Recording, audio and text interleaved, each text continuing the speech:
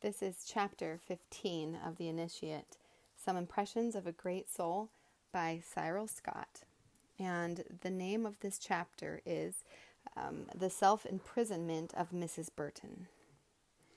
I had come to regard Justin Morwood Haig, a doctor of souls, and when any of my acquaintances seemed in need of mental medicine and not utterly past redemption, I unhesitatingly asked him to come with me and visit them, as one would take a doctor to a patient, except, of course, that no fee was attached to the matter. There was a middle-aged lady I had known for some time, by name Mrs. Burton, who struck me as particularly in need of a change of outlook upon life, for she was one of those persons who might be said to possess the possibility of having everything, yet enjoying absolutely nothing. She had, in fact, built a sort of wall around her personality and lived in a state of shut-inness, which caused her a great deal of distress without her being able to divine in any sense of the reason. As I was personally not clever enough to deal with her case with any degree of success, I once again brought Morwood to the rescue, as I had done in the instance of Major Buckingham. And although Mrs. Burton offers no story of adventure, she affords a further exposition of my wise friend's philosophy of peace. I remember the first time we visited her together at her spacious flat in Belgravia. It was a bright London day, but with a slight haze, and as we got into the neighborhood of Belgrave Square, Morwood remarked with good-humored disgust that we had come into contact with almost the worst aura in London. One could well-nigh cut the mental atmosphere here with a knife, he said. It is so stiflingly thick. And I laughed, for to my insensitive mentality I could perceive no difference between one place and another, except where ugliness and beauty were concerned. On arriving, I must confess, for I like my afternoon tea better than any other meal, that Mrs. Burton provided us with the daintiest and most recherche of little meals, and I tucked in a manner which caused me an inner blush, and what is more, provoked the remark to somebody else repeated to me some days later, that I was very greedy. Criticism, in fact, was Mrs. Burton's sole occupation in life, and she looked through a peephole in her self-made prison, and criticized everything and everybody, her idea being that to do this was to look at life as it really is, and therefore be truly practical. Morwood's first step was to draw her out and let her talk. I am fully aware that he only had to look at her aura in order to know her character very thoroughly. But as he said to me, that method for the present would hardly do. She must be permitted to talk so that she may realize I have gauged her personality by perfectly straightforward and practical means, and by no other. Yes, she said, after a few other remarks, I do not make many friends. Well, that is a pity, isn't it? Said Morwood very sympathetically. Life is apt to become so lonely. Oh, it is indeed, she replied with a touch of sadness. But then so few people make suitable friends. I have had many disappointments in life. Well, you have found people untrustworthy, perhaps? He said. Oh, very untrustworthy, she assented. And then it is so difficult to find people who really understand one. Oh, of course, if one really wishes to be understood, it is, as you say, difficult. He glanced at me for the fraction of a second with a twinkle which said, as it were, what nonsense we are talking. I suppose you find no difficulty yourself in understanding others, he added deferentially. Well, I cannot exactly say I do, she assented, pleased with the compliment, but of course one never knows. I should have thought you would have so many friends, I said, with hidden insincerity. Not real friends, she corrected, but at any rate, people who are fond of you? Exactly, echoed Morwood. She forced a laugh of mock modesty. But if one can't be fond of them in return, it's so unsatisfactory, she said. Nothing that pleases one's vanity is entirely unsatisfactory, I remarked. Yet that sort of satisfaction would hardly please Mrs. Burton, corrected Morwood flatteringly. Well, to be quite honest, returned Mrs. Burton, smiling with more modesty, it really doesn't. I suppose a woman of your temperament would naturally expect a great deal from your friends, inferred Morward, sympathetically. Well, yes, one does, agreed Mrs. Burton. At least I don't know about a great deal, but one does, of course, expect a little. It might be a good plan to expect nothing, said Morward, as if the idea had struck him for the first time. That would be funny, she said, but I don't quite see how one could. Simply by cultivating an attitude of tolerance towards them, he answered. But that would be so sad for them, but that would be so bad for them. I wonder, mused Morward. It's a very pleasant sensation, I observed. He taught me how to cultivate it. Oh, indeed. What a funny thing to teach you. I hardly thought one could learn such things as that. Oh, but one can, I insisted. Well, she observed with wisdom of ignorance. I'm afraid I couldn't. I fear I'm too critical and too practical. Well, I wonder if to be critical is really to be practical, mused Morward, again as if the idea had just struck him. One can't be a dreamer, said Mrs. Burton. One really must see life as it is. But somehow I doubt whether anybody really sees life as it is, he said. It is always the question of a pair of spectacles. Put on a blue pair and everything seems blue. Better to look blue than unreal, persisted Mrs. Burton. But to look blue is to look unreal. Do you think so? Well, the landscape hardly looks blue unless you look at it through a blue glass, does it? Oh, but life isn't a landscape. Well, I'm not so sure of that, he said. Mrs. Burton smiled, but didn't answer. I see what it is, added Morward. You are one of those clever people who find it difficult to be happy. Mrs. Burton put up a hand in pleasurable protest. I'm not so very unhappy, she remarked simply. But indifferent? He queried. Oh, perhaps. Lady Morton, said the maid, as she ushered this somewhat august personage into the room, and shortly afterwards we took our leave, with a request on the part of Mrs. Burton that we should both come again soon. I fear your friend will prove a very difficult case, Morward said as he walked away. She has surrounded herself with a mental shell, which even the most loving thoughts will not be able to penetrate, so that her whole emotional and mental being is utterly starved. The cause of her trouble is fear and vanity combined. She is afraid to feel afraid.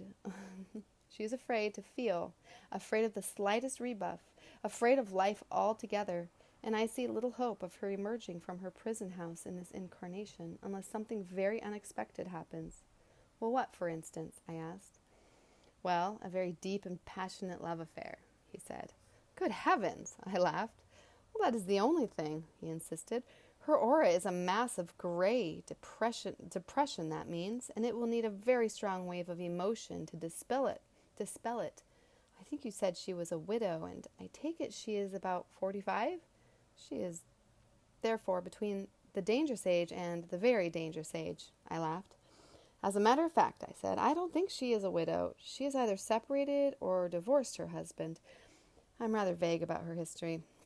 So if you go and recommend her a love affair, you may be letting her in for no end of trouble. That is, if she is only separated. He laughed with that gentle laugh of his. My friend, he said, you have often done me the honor to call me a doctor of souls. A doctor administers medicines. Some of those medicines taste sweet and some bitter. Some are poison and some are innocuous. But their object is always to effect a cure. Well, I queried. Well, when it is a matter of curious souls, he explained with earnestness, one is often constrained to advise, so to speak, a thing which tastes nasty to the outside world. The world, in fact, is like a child let loose in an herbalist's shop, tasting with its undiscerning mind each herb, and pronouncing it good or bad according to its sweetness or bitterness. And yet are not bitter things often more curative than sweet? For nothing is good or bad in itself. Go on, I said. Supposing, then, that Mrs. Burton is merely separated, even so, a love affair, which the world will regard as improper, is under the circumstances the only thing that can save her soul. He that would save his life must lose it. It means a great deal more than it says, for it often means she that would save her virtue must lose it. The uninitiated would say, dangerous doctrines, I replied. Belladonna is a dangerous poison, but the homeopathist finds it invaluable in many cases. He paused for a moment, and then he said, "There was once a mollycoddle who went to an Indian sage and asked how he might attain to liberation. And the sage, seeing he was a very weak specimen of a creature, asked him, 'Have you ever told a lie?' And that young man was shocked and horrified as he answered in the negative. 'Then,' said the sage, 'learn to tell a lie and to do it well. That is the first step. And on my part, I should say to Mrs. Burton, learn to love and to do it well, in order to develop your love nature, and learn not to mind what the world says as a consequence, in order to kill out your vanity and develop your moral courage.'" Strange doctrines from the mundane point of view, if you like, but from the healing point of view, it's invaluable. But in spite of what Morwood regarded as the fatal gravity of the case, with his untiring, patient, and good nature, he was prepared to visit Mrs. Burton again and make another effort in the direction of her emancipation. And so, some 10 days later, we presented ourselves once more at her door. "Mrs. Burton is out, sir," replied the maid to my inquiry, "but she is expected back soon, and Miss Mabel and Miss Iris are at home." We accordingly entered, and we were received by the two vivacious twins, with whom I was really more closely acquainted than with their mother. They were as easy to know well as their parent was hard to know, for they represented a certain type of modern young lady almost devoid of reticence. Among their many traits, such a thing as parental respect did not exist, except as a convenience put on when the parent was present, and then removed immediately when she was out of sight. They frankly informed their friends that mother was a great nuisance, and if the truth be told, I think they regarded her as an unpleasant joke rather than anything else.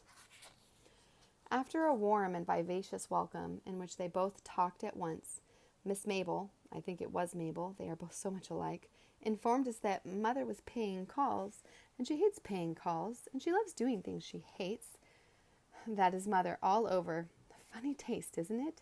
I wish we liked doing things we hated. Then we shouldn't have to hear from morning till night how selfish we were. Morwood laughed. "Unselfish," he said affably, "by no means go hand in hand with martyrdom, though it is difficult to make people realize the fact."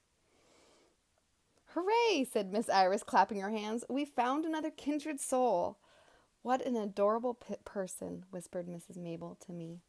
"Some people have got into their heads that blessed is the uncheerful giver." "That's it," said Miss Iris. "Pull the long face and do everything as if it hurt. And everybody thinks one a saint. Give me a saint with a round face like a cherry." "How is your mother, by the way?" I remarked. "Somebody told me she had a bad cold." "Oh, yes," they replied simultaneously, Miss Iris leaving the rest of the sentence to her sister. "Mother thought she was very seedy for a day or two, just to get a bit of sympathy, you know. However, she's all right again now, and very busy with uncheerful giving." They both laughed. "Bazaars and all that sort of thing."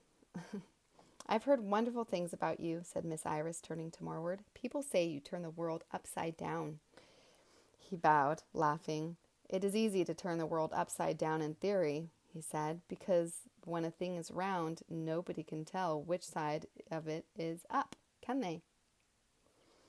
Miss Iris jumped up and poked the fire by way of giving vent to her latent vivacity. Morwood looked so contrastingly calm that I remembered my sister's remark about monkeys and the zoo.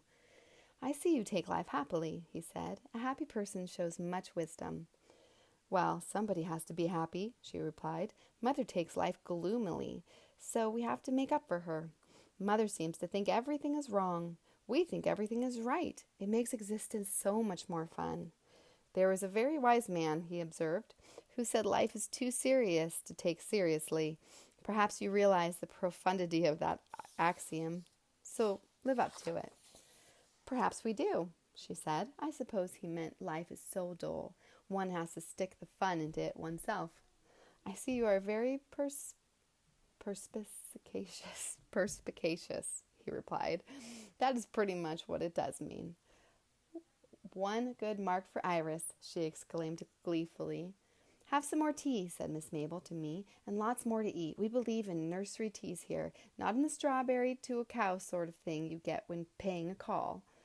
But as I had been steadily indulging all the time, Mrs. Burton being out and hence her critical eye not upon me, I refrained from any further consumption of her dainties. And then all at once she entered the room, and I must add that the vivacity of the twins all of a sudden subsided like a pricked balloon. What is more, after they had sat glum for a little time, they both, more or less surreptitiously, retired from the room. Mrs. Burton entertained us, or rather did not entertain us, with a few conventional remarks of no interest to anybody, and then Morward contrived to draw the conversation into more useful topics. "Your daughters," he said with appreciation, "have been making things very pleasant for us in your absence. They are both witty and amusing." "Oh, I fear you flatter them," she replied.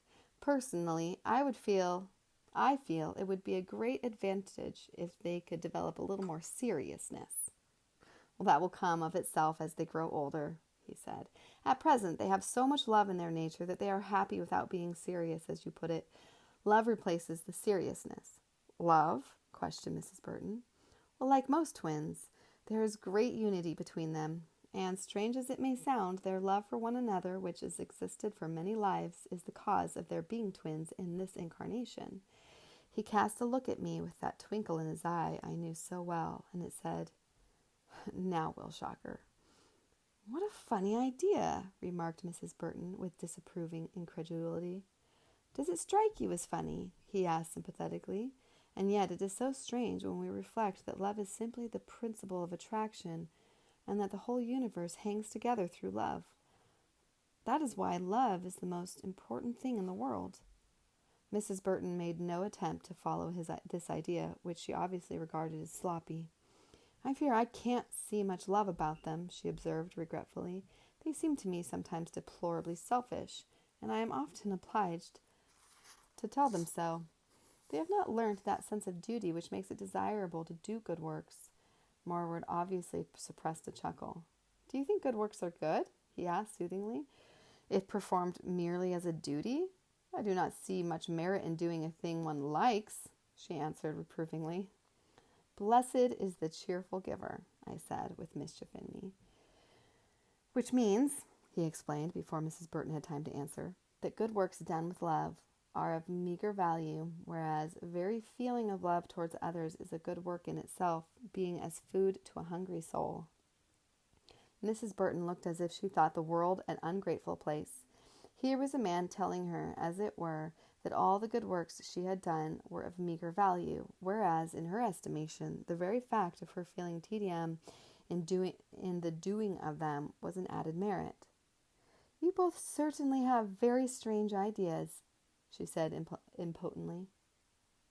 "You see," explained Morward, "things are not quite as they look. A human being is not merely his physical body. He has an emotional body, a mental body, and a spiritual body as well, all of these interpenetrating his physical one. In throwing out a feeling of love to a person, you are actually enriching those subtler bodies. In merely doing good works, so-called, you are only assisting the transient part of him, for those subtle bodies are more or less eternal, while the gross body dies in but a few years. To feed the starving material man, I grant you, is practical, but to feed the inner, eternal man is still more practical, for the more lasting the effect of a thing, the more practical it is. And although to give money is to give a portion of one's belongings, and is not without merit, yet to love is to give a portion of oneself. That is why he who can love truly is never really selfish." Mrs. Burton could find no rejoinder to this, so looked at the speaker wonderingly and kept silence. "Selfishness and unselfishness are words bandied about by people," he pursued, "with very hazy ideas as to their meanings. Selfishness is the center of one's mind on oneself. To love is not only to center the mind on someone other than self, but at the same time to give a portion of that self to the being to whom one directs that love. The most practical of all good deeds, therefore, is to give our labor and money and ourselves combined. What is more, in doing this we reap happiness, for for to love is to feel the most pleasant of all sensations. Mrs. Burton took refuge in the pseudo-good-natured sort of laughter which some people resort to when they do not agree with a thing yet have no ready argument to refute it. In other words, she laughed because she was somewhat embarrassed for a lack of words to uphold her own convictions, if convictions they could be called. "I see you think me and my ideas a little mad," he said with perfect good humor. "And yet I assure you they are older than Christianity itself and commonplacely sane. To be quite frank with you, Mrs. Burton, I gathered from our conversation the other day that you are not inherently happy. Now I am, and the first thing a truly happy person desires is that the others should be as happy as well.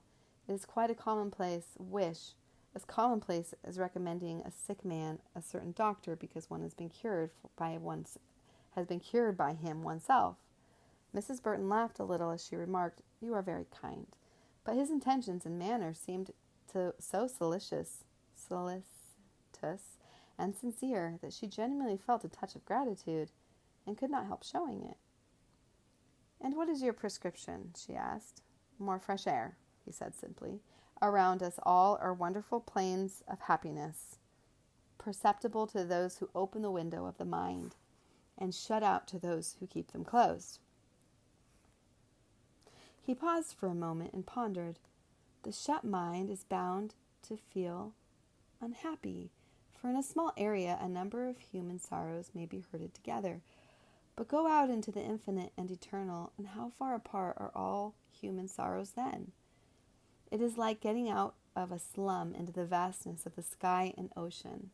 Once out there, the divine indifference comes into the soul, and then all criticism, all regarding everything as wrong, falls away because the feeling is cramped and childish. To criticize seems not worth the doing. Your trouble, dear friend, he added, laying his hand on her hand for a moment, is that you regard everything as wrong, even your daughter's light-heartedness. Reverse the process and regard everything as right, and await the result. I assure you, you will never regret it." He got up to go, shaking her warmly by the hand, and, although she said very little, I felt he had made a certain impression, and that perhaps one day she would tire of her self-made prison and come to regard him as right.